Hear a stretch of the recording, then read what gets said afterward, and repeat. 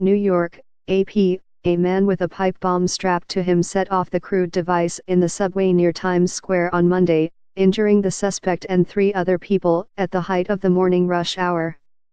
The man and 3 others were being treated for non-life-threatening injuries in what the mayor and police labeled an attempted terror attack. The explosion happened in an underground passageway under 42nd Street between 7th and 8th Avenues. The 7:30 a.m. blast caused smoke to fill the passageway, which was crowded with throngs of Monday morning commuters. Mayor Bill de Blasio and Police Commissioner James P. O'Neill labeled it an attempted terror attack. "Thank God the perpetrator did not achieve his ultimate goals," de Blasio said.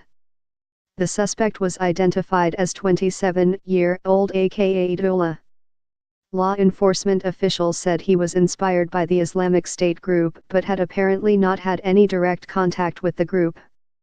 The officials said he lives in Brooklyn and may be of Bangladeshi descent. The officials spoke to the Associated Press on condition of anonymity because they were not authorized to speak publicly about the blast. Authorities said the bomb was a low-tech explosive device attached to the man with Velcro and plastic ties. They were investigating how it was made. A photo published by the New York Post showed a bearded man crumpled on the ground with his shirt apparently blown off and black soot covering his bare midriff. A police officer is holding the man's hands behind his back. The explosion triggered a massive emergency response by police and firefighters both above and below ground, tangling subway and bus service at the nearby Port Authority bus terminal. Fire officials said the suspect had burns to his hands and abdomen. The others who were injured suffered ringing in ears and headaches. Elrena Peralta, a customer service worker for Greyhound, said she works in the Port Authority terminal complex near where the blast happened, but didn't hear the explosion.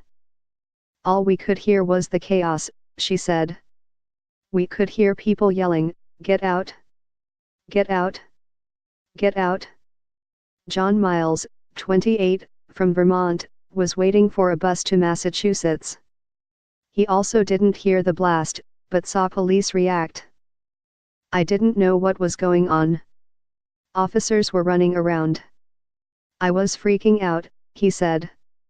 "There was an announcement that people should take their bags and leave. They didn't incite panic. It was fairly orderly." Video from above the crossroads of the world showed lines of police and emergency vehicles, their lights flashing, lining the streets and no other vehicle traffic moving. Everything around the Port Authority area was shut down, a surreal scene of still at what would ordinarily be a bustling rush hour.